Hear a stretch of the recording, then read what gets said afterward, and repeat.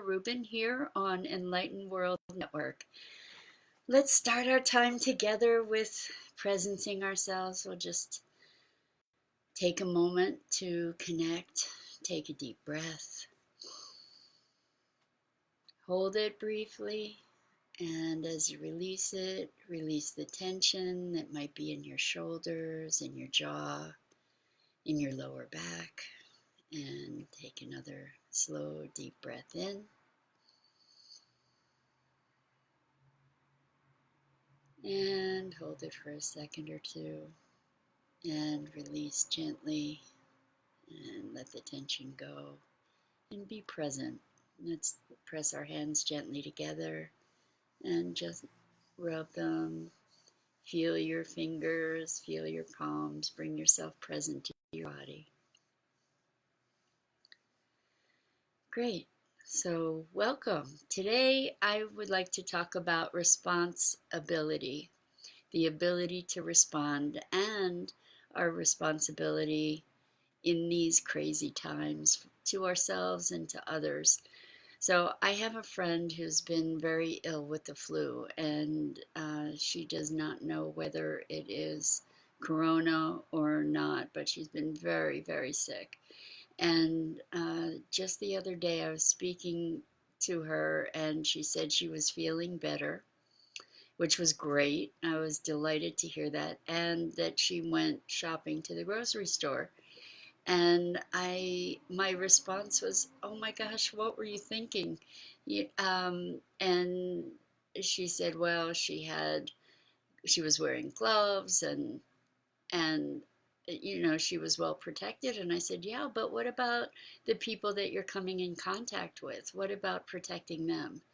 And so this is something that may be new for a number of us. We're not wanting to be overcome by the fear surrounding this pandemic, and we're wanting to have life as usual. And we want to defy the threat that is looming, whatever. And I get that. I totally get that. And at the same time, I think we need to be able to respond consciously and deliberately to the circumstances of this time. And one of the things that is a hallmark of responsibility is being present to the bigger picture. It's not just about, oh my gosh, I really need to get out. I need to go do something. I mean, she was with her husband, so her husband was doing the shopping. She didn't need to go into the store. And so it wasn't a matter of necessity, it was a matter of choice. And we're navigating really interesting internal terrain these days too. We have a unique opportunity to look at ourselves, see ourselves in a broader perspective.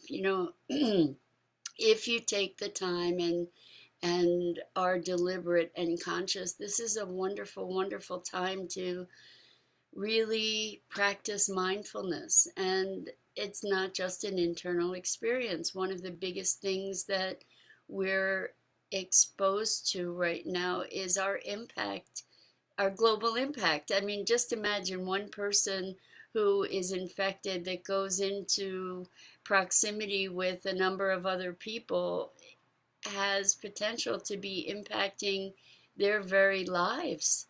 So not to breed fear, but just to bring awareness to the impact that we have. Now that's on a disease type level, but we also have the ability to make that kind of impact in our lives just by the kinds of interactions that we have, by the things that we choose to share with other people, the way we choose to interact with others. And you probably don't know me that well yet, I have a podcast with my partner Scott Billy called Sustainability Now, and we have started hangouts on Thursday evenings. And last night we had a movie screening, and it was wonderful because it was a very inspiring film. If you have the opportunity to check it out, it's called Fantastic Fungi. It's very, very hopeful, talking about the magical benefits of mycelium and mushrooms of all sorts to heal the planet, to heal us, to regenerate uh, ecosystems. Anyway, what what I noticed is that by sharing something that we were excited about, we were able to infect other people with hope and inspiration, and we were able to have a broader impact. We all, just by saying, "Hey, come hang out, come watch a movie with us," and you can do that too. We're very graced right now to have the have access to all kinds of technology. Zoom offers free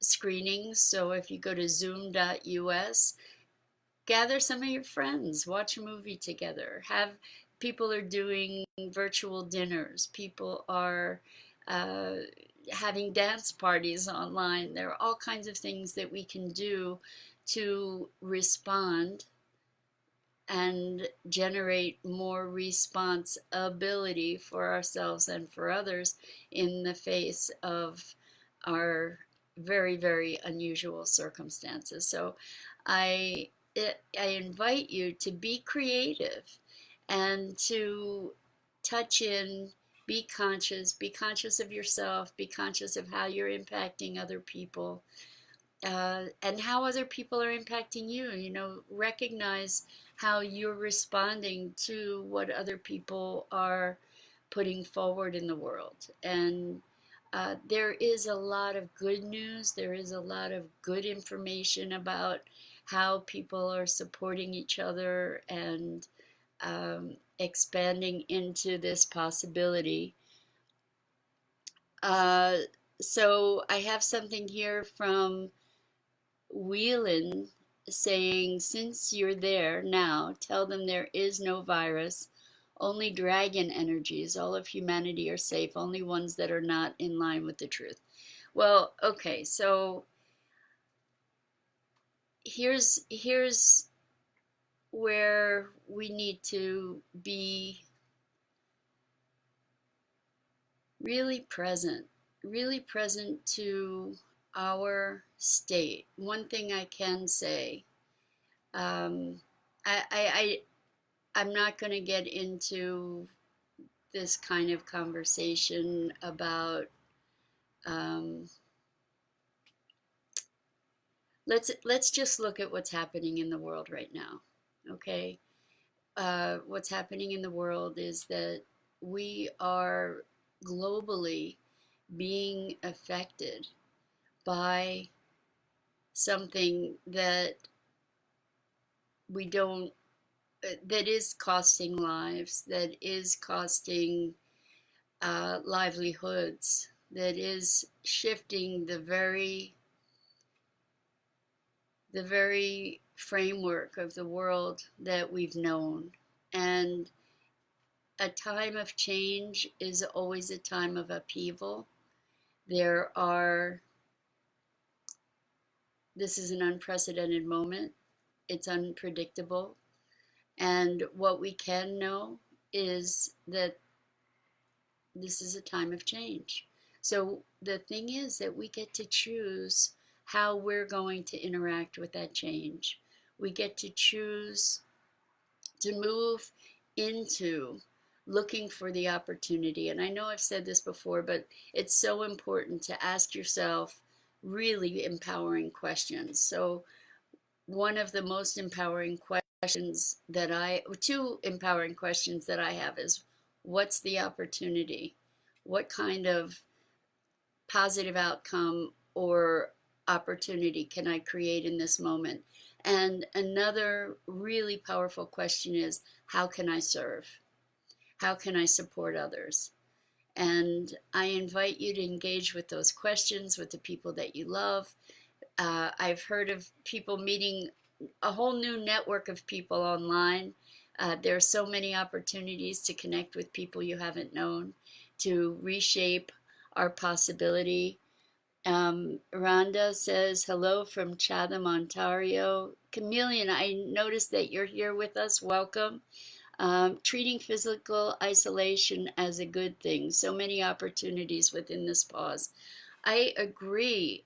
The opportunity is to reshape the world that we had been running at hyperspeed to keep up with. So now we have the opportunity to take a pause, to reassess our values, to reconnect with ourselves and with others, to breathe a sigh of relief for just one moment, and which is ironic, I understand, in this time of insanity, but to be able to pause and reassess and to choose how we're going to move forward. We have the opportunity also to uh, be aware of what is happening politically.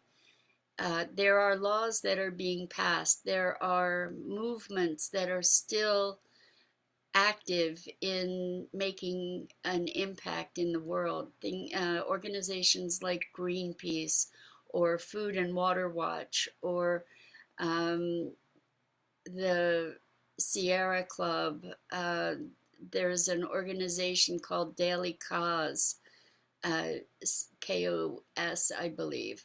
Um, these organizations are watching legislation that is continuing, that are watching what's going on in the world and in the environment, and I invite you to engage with them, to be alert and responsive to what is going on while we're very distracted with what's happening with the virus. So today was a bit of a ramble, but the bottom line theme is responsibility, the ability to respond.